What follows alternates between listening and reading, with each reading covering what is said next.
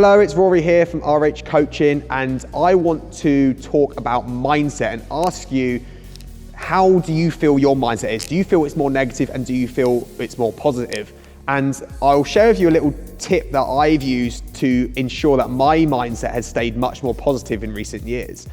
Now, it's no secret that we have negative and we have positive emotions, and a lot of outside factors can affect that. You know, if we stand on the scales one day or we measure ourselves and we've seen some really good progress, we might lift a PB in the gym or we might hit a PB going out for a run. It feels positive and it fills us with lots of positive emotions, and we celebrate those emotions by, releasing lots of endorphins and feeling good about ourselves. But on the flip side, we get a lot of negative emotions as well, and it could be we've gained a bit of weight, or it could be some sort of trauma happened in our life, or it could be kind of losing our fitness or whatever, losing momentum.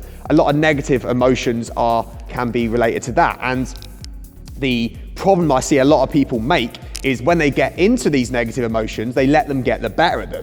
And that then causes a downward spiral of actions. A negative emotion leads to a lack of motivation. Lack of motivation leads to skipped workouts, and then skipped workouts leads to lack of progress, and then lack of progress leads to more negative emotions. And you end up going on this negative spiral of decline, and you keep getting worse and worse and worse, and you can't pick yourself back up. So understanding that these negative emotions are going to happen. And last week we touched on stress, and we talked about how you cannot always control the stress factors.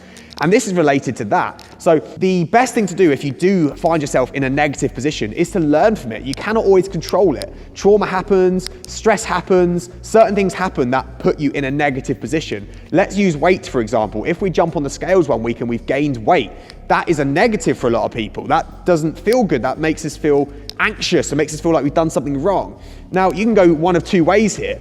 First of all, you could sabotage yourself. Oh no, I've gained weight, I've sabotaged it, I've ruined my progress. What's the point? Sod it, and start eating loads of junk food again. Or you can learn from it. Okay, I've gained weight this week. Let's go back over last week. What did I do wrong? What did I not quite do right? And you'll probably find that there was some errors that you made, and that's why you gained the weight.